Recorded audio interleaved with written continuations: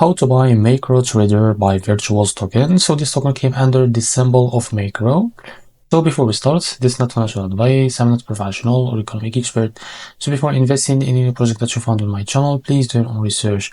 So before going and buy this token, make sure to check the X account and keep following the updates about this token. To be able to buy this token, as you can see, this token is available on the screener here.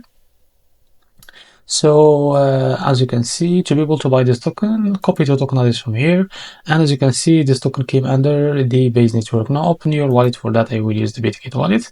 Now after that, select the base for as a network from here and click on this plus icon. Now after that, paste the token address here, and as you can see, this is our token. Now click on plus icon.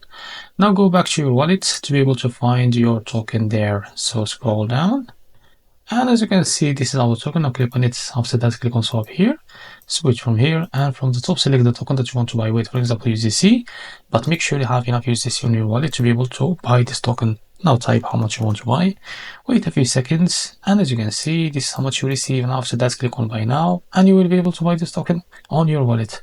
So this is how to buy micro or macro token. If you find this very helpful, please like and subscribe. See you in the next video.